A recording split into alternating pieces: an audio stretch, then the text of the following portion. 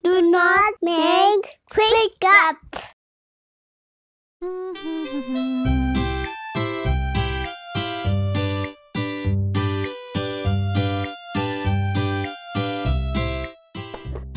Udah bersih? Hai, good morning sweetie kids. Good morning juga Cornerstone Kids. Seneng banget hari ini Lause Vivi bisa menyapa kalian semua dan tunggu sebentar ya.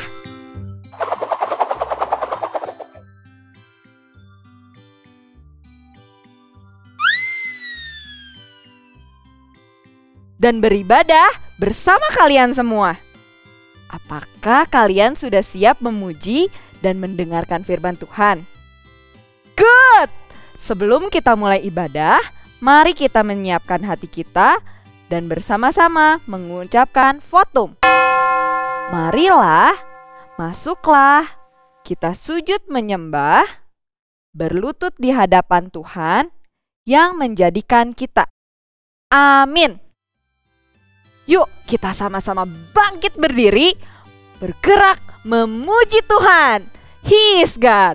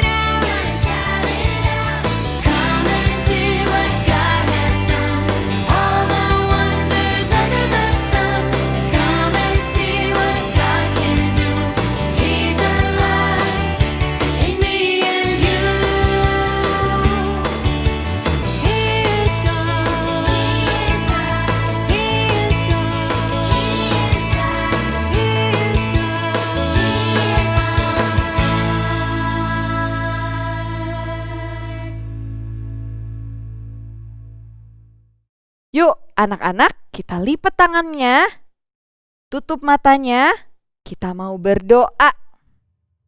Ikutin Lause dalam hati ya.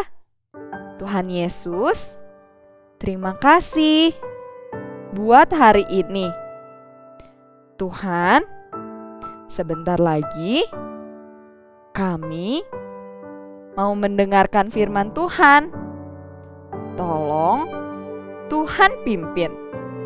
Terima kasih ya Bapak. Dalam nama Tuhan Yesus kami berdoa. Amin. Hai guys, apa nih cita-cita kalian?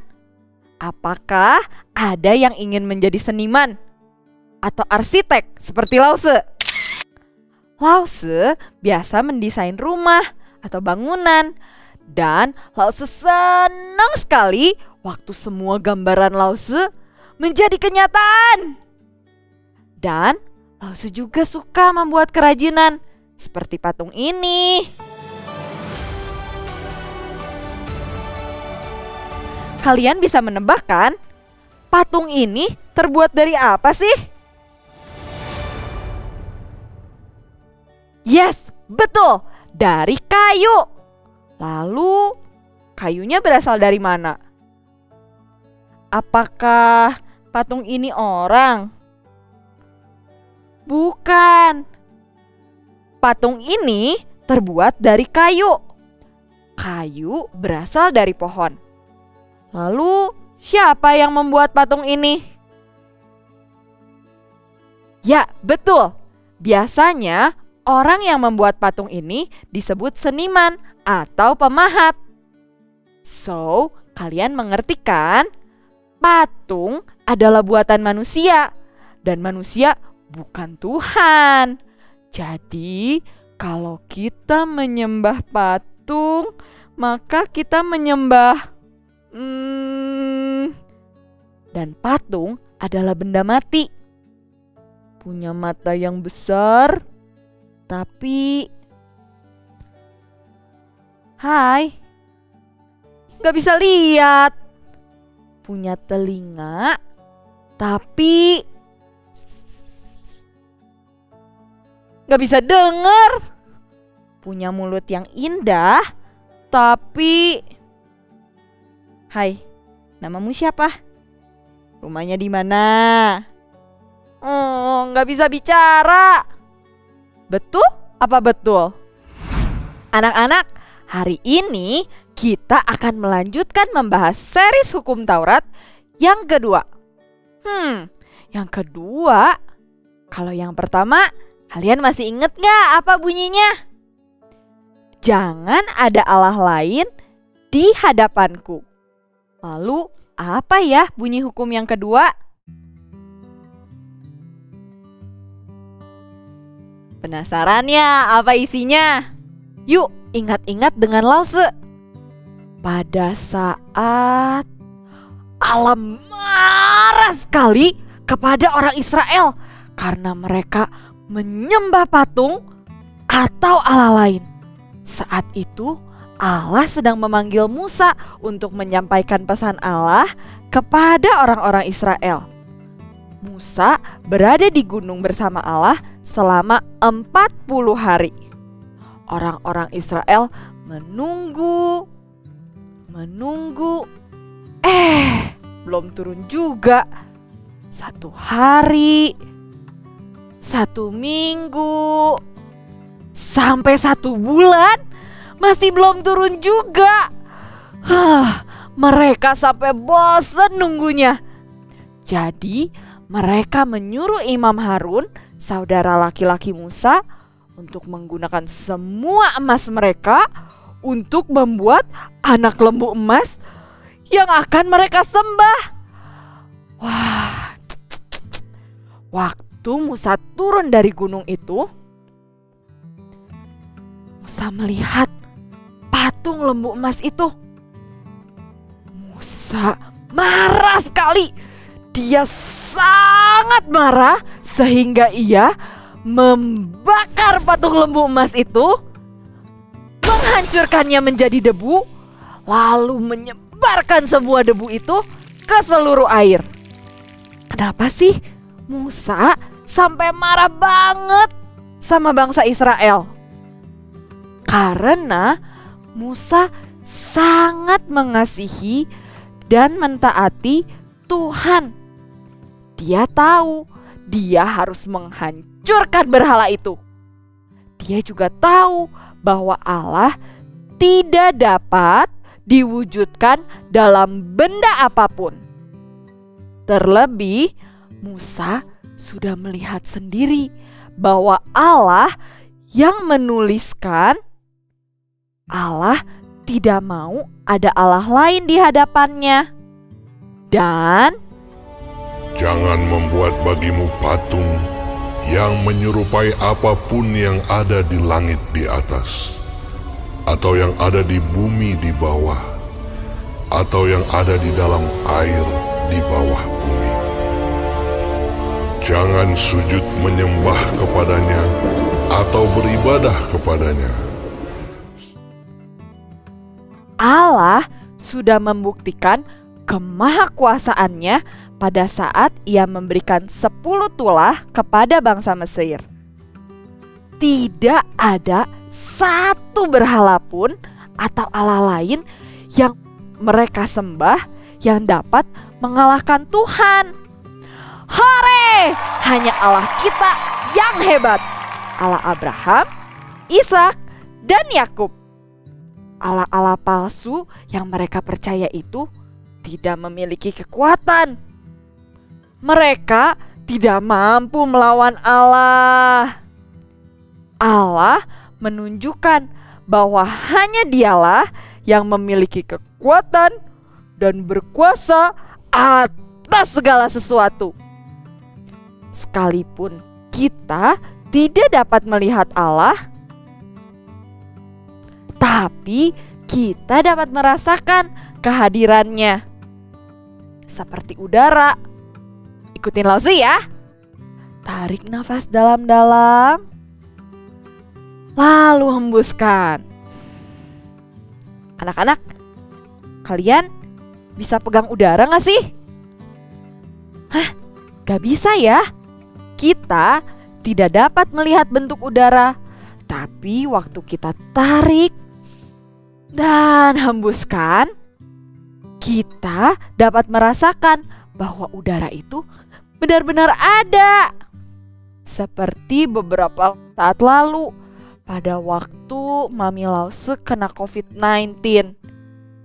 Saturasi oksigennya turun banget. Lause sampai pusing karena Mami butuh oksigen agar dapat bernafas dengan normal kembali. Dan kalian tahu kan, saat itu banyak banget orang yang kena penyakit yang sama. Sampai-sampai banyak yang butuh tabung oksigen juga. Tabung oksigen merupakan barang yang sangat langka. Tapi puji Tuhan, Lause mendapat bantuan dari teman-teman Lause, sehingga Mami Lause dapat tertolong dan pulih kembali. Hal ini membuat Lause sadar bahwa sekalipun kita tidak dapat melihat Allah, namun kita dapat merasakannya, merasakan kehadiran dan kemahakuasaannya di dalam hidup kita. Sama seperti udara ya, kita dapat merasakan Allah melalui ciptaannya. Wow, Dia yang menciptakan segala sesuatu, dan Dia menciptakan kita, memelihara kita, dan sangat mencintai kita. Bahkan ketika manusia ciptaannya tidak setia, tidak taat pada perintahnya, Allah mengorbankan anaknya yang paling Dia kasihi agar manusia bisa diselamatkan. Suatu hari nanti kita bisa kembali bersama-sama dengannya. Yesus sudah datang ke dalam dunia. Pada saat Yesus mati di kayu salib, tabir bait suci terbelah dua. Itu menandakan bahwa Yesus membuka jalan bagi manusia untuk dapat datang kepada Allah. Tidak terbatas ruang, waktu, melainkan hanya melalui Dia saja. Yesus merupakan satu-satunya jalan yang bisa membawa kita kepada Allah. Oleh sebab itu, barang siapa yang percaya kepadanya akan diselamatkan, dan Dia memberikan Roh Kudus yang tinggal di dalam hati kita, sehingga kita dapat berbicara kepada Allah, menaikkan doa-doa kita di dalam nama Yesus. Nah, kalian sekarang sudah mengerti kan kenapa Allah tidak mau ada Allah lain di hadapan kita? Betul, karena hanya Dia yang layak menerima semua sembah dan puji kita. Dan Dia juga tidak ingin kita membuat benda apapun yang dapat kita sembah untuk menggantikannya. Karena Allah terlalu besar, terlalu agung untuk dapat dituangkan dalam bentuk apapun atau benda apapun. Dia tidak ingin kita berdosa. Allah ingin kita meruntuhkan segala berhala di dalam hidup kita. Tuhan menyukai seni kok. Tidak apa-apa untuk menggambar atau membuat patung, tapi untuk keindahan saja. Bahkan Tuhan memberikan kemampuan untuk kita menjadi kreatif. Masalahnya adalah ketika kita membuat benda untuk kita sembah menggantikan Allah, atau menjadikan sesuatu lebih penting daripada Allah. Saat ini mungkin kita tidak membuat patung atau benda lainnya untuk disembah, bukan? Tetapi seperti yang telah kita bahas minggu lalu, terkadang kita membuat hal lebih penting bagi kita daripada memiliki hubungan yang baik dengan Tuhan. Coba Lause tanya, berapa lama kalian bermain gadget tiap hari? Kalau nonton TV? Atau melakukan hal-hal yang lainnya? Dan berapa lama kalian meluangkan waktu setiap hari untuk menyembah Tuhan, membaca Alkitab, dan berdoa? Juga seberapa sering kalian menunjukkan kasih Tuhan kepada orang lain? Saat ini, gadget merupakan hal yang wajib kalian punya, kan? Kalian harus bersekolah, belajar, bahkan membuat tugas dengan menggunakan gadget dan akses internet. Tapi kalian juga sadar kan, dengan seringnya kita menggunakan gadget, ada banyak hal yang membuat pikiran kita teralihkan dari Tuhan. Kita bermain games, menonton film, yang kadang tanpa kita sadari mengandung kekerasan atau adegan film yang kadang-kadang menyajikan hal yang kita belum boleh lihat. Bahkan iklan mainan atau benda-benda menarik yang membuat kita sangat ingin memilikinya. Sampai gak bisa tidur. Anak-anak, semua itu dapat membuat kita tidak dapat menikmati hidup dengan benar dan menjadikan hal-hal tersebut berhala di dalam kehidupan kita. Padahal seharusnya kita semakin dekat dengan Tuhan Yesus agar dapat hidup semakin serupa dengan Tuhan Yesus.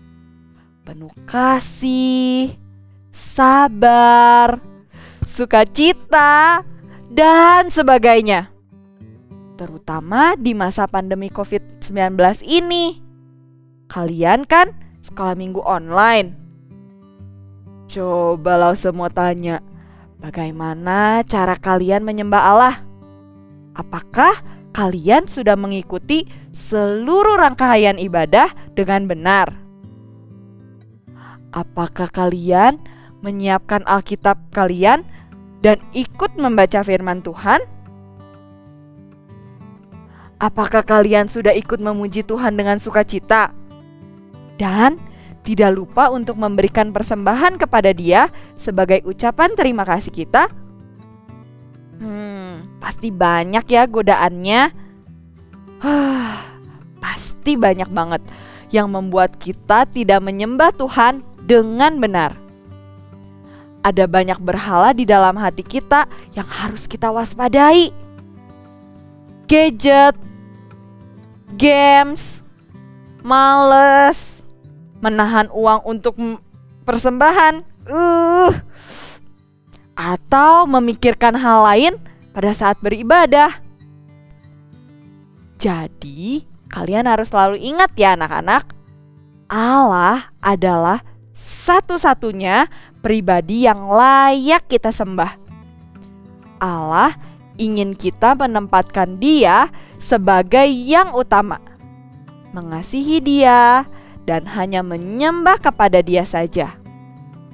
Kita tidak dapat menyembah Allah dengan kekuatan kita sendiri, tapi kita dapat meminta pertolongan Roh Kudus untuk terus mengingatkan kita, membimbing kita, agar kita mempunyai hati yang dapat mengasihi Allah dengan sungguh-sungguh dan tidak melakukan dosa. Seperti ayat hafalan berikut ini. Keluaran 20 ayat 4 sampai 5a. Jangan membuat bagimu patung yang menyerupai apapun yang ada di langit di atas, atau yang ada di bumi di bawah, atau yang ada di dalam air di bawah bumi. Jangan sujud menyembah kepadanya atau beribadah kepadanya. Ulangi sekali lagi ya. Keluaran 20 ayat 4 sampai 5a.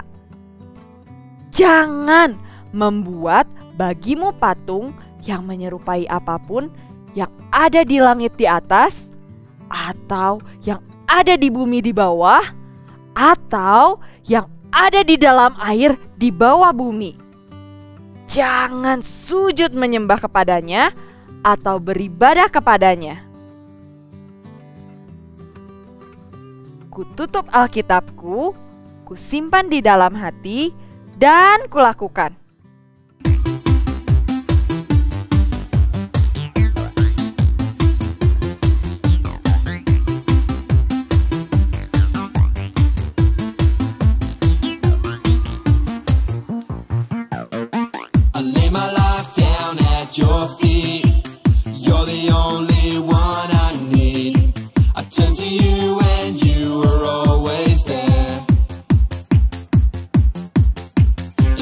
Times it's you I see. I put you first, that's all I need. I humble all I am, all to you. One way, Jesus, you're the only one that I could live for. One way, Jesus, you're the only one that I could live for. You're the only one. You're the only one, you're the only one that I could live for. You're the only one, you're the only one, you're the only one that I could live for. You were always, always there, every how and everywhere. Your grace abounds so deeply within me. You will never ever change. Yesterday, today, the same. Forever till forever meets no end. One way, Jesus, you're the only one that I could live for. One way, Jesus, you're the only one that I could live for. One way, Jesus, you're the only one that I could live for. One way, Jesus, you're the only one that I could live for.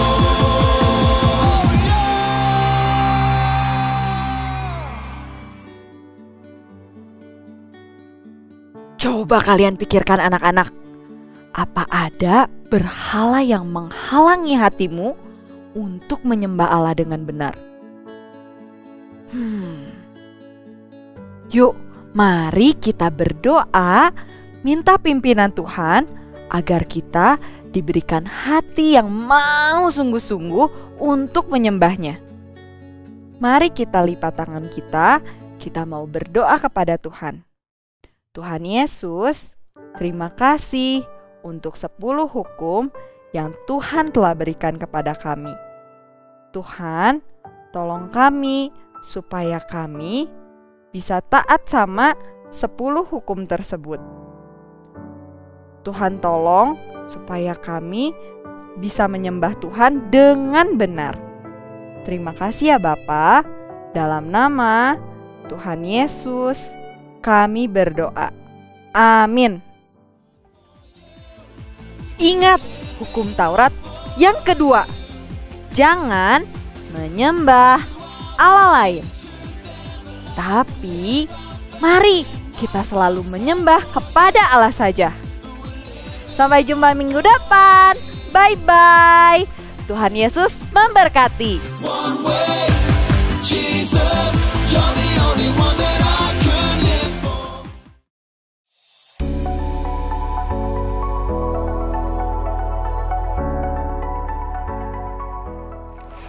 Shalom Jemaat GEI Ho Kim Tong dimanapun Anda berada. Sekolah Trimulya dan Bintang Mulia merupakan lembaga pendidikan di bawah naungan GEI yang berperan mendampingi pelayanan gereja atau biasa disebut Parachurch. Trimulya Bintang Mulia mengemban prinsip pendidikan yang mengutamakan iman, integritas, dan ilmu dengan menyediakan pelayanan yang holistik, integratif, dan juga transformatif. Melalui kegiatan shepherding, ibadah chapel, penginjilan pribadi, pembelajaran iman Kristen yang terjadi di seluruh aktivitas siswa, konseling, dan bimbingan rohani menjadi sentral pelayanan kerohanian di sekolah kami untuk menjadikan anak-anak yang memegang teguh iman kepada Kristus. Melalui kegiatan kesiswaan yang utuh dan integratif, program character building dan juga life skill, pelayanan filing siswa, kami berusaha untuk dapat mewujudkan profil siswa kami yang berkarakter dan juga berintegritas. Sekolah kami mengedukasi di dalam pembelajaran yang berbasis teknologi, sumber informasi pengetahuan yang aktual dan terkini melalui perpustakaan, laboratorium sains, bahasa, Indonesia, Mandarin, dan Inggris yang terjadi di dalam dan di luar kelas. Dibantu oleh pendidik dan native speaker yang tersertifikasi adalah komitmen kami untuk memberikan pelayanan yang terbaik dan berkualitas. Di kesempatan ini, Sekolah Trimulya dan Pelita Mulia membuka pendaftaran lebih awal khusus untuk Jemaat Ho Kim Tong yang dimulai tanggal 6 September dengan keterangan berikut ini.